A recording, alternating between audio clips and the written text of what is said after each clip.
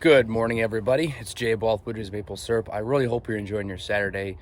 Amongst all the craziness going on out there, we still got to live our lives. We still got to enjoy our hobbies. We still got to have fun. So, what am I doing today? I am getting ready for the next run of maple syrup, or the next run of sap, so I can make some syrup, I should say. Yesterday, when I was out cleaning out my buckets, you guys saw that post. I noticed that one of my lines was a little droopy, a little bit saggy. So I want to fix that so I can keep all the lines nice and tight so I can get the best sap flow possible. So what am I doing this morning? I'm going to go fix that line. So I've got a couple connectors, a couple Ys right here, a pair of scissors, some spare 5/16 tubing, and then some hot water, and last but not least, a coffee. So what we're going to do is we're going to go walk the line, and I'll show you guys why I have this droopy line and how I'm going to fix it. So let's go check it out. You've got to love nature. Look at how cool that is. So this is all the sap that has been leaking out of this tree. This tree is split, but you can see how this formed this giant maple sickle. So I got a couple pictures of it, but man, that is cool. Like, that is why I love being out in Mother Nature this time of year, because that is just, as simple as that is so pretty.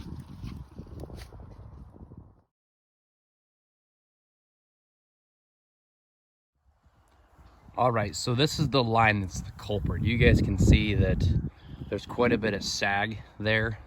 When it warms up during the day, this thing sags quite a bit. And this is the connection that I made. So why this looks the way it looks is I originally had a collection station down there, but I wanted to connect all these trees together, and I already had this run hung.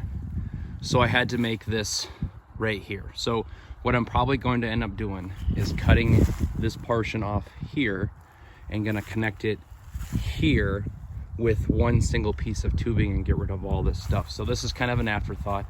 So this isn't pretty, and I'm not perfect. I'm still learning how to run tubing, but I walked the line yesterday and I saw this saggy tube, and I like to keep all my lines nice and tight. So let's get to fixing this thing. Here's a better visual of just what this looks like and why this line is sagging. So originally this was two separate runs. This run was already hung. That's why I've got this hook around here, but I want to connect this run to this run onto that collection barrel.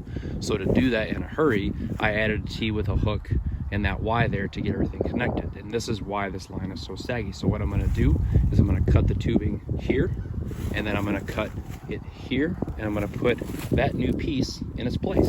So the next picture you guys are gonna see is this thing all nice and tight, and I'm gonna probably wrap the tube, not wrap it, but put it behind it one time so it puts more pressure on it so that it keeps it tight all the way down to that collection barrel. While I'm doing this, I want to give you guys just a really quick tip and trick. So this is the drop line that connects to the main line, let's say. And because this connection's here, I don't want any tension on the drop when I get the line completely hung. So what I'm going to do is I'm going to cut this piece off first, put my new piece of tubing on here first because it's easy, and then stretch it to that piece so that I'm not putting any tension on the drop line. You want your drop lines to be loose and no pressure on them, because you do not want this tap to flex in the tree. If you're putting pressure on the tap and it's flexing, it could cause it to leak. So there's a little tip and trick for you for hanging tubing.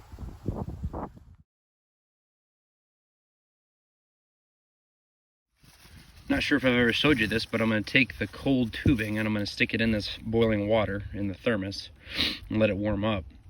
And what this is going to do is make it much more pliable and easier for me to put on the fitting. I don't have a tubing tool, which eventually I do want one, but just can't justify one at this point in time. So once this warms up for a little bit, you guys see that it becomes very, very pliable and easy to put on the fitting. So let's get this thing put on.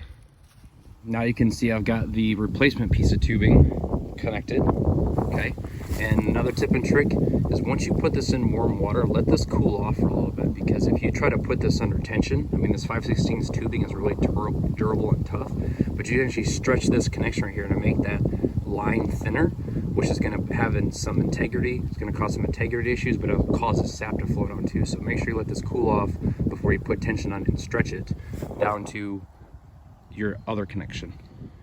Now you can see that I've got the connection made. So right there was the connection, and that's the piece that I replaced. So good, it's a nice, good, tight line now. There's a little bit of slack, but I can fix that later when I pull the tubing down. But again, you've got that nice general sloping downhill going to that one barrel. So because I did this earlier this year, I had a collection station right there, from here to here. But what I also did is connected those, what, 1, 2, 3, 4, 5, 6, 7 taps. So now I have one big long run, because you guys know I love cleaning buckets, and that eliminated 2 buckets by connecting all of this. So hopefully you guys enjoyed this post. I'm gonna continue getting ready for the rest of the day. So hope you guys enjoy your Saturday.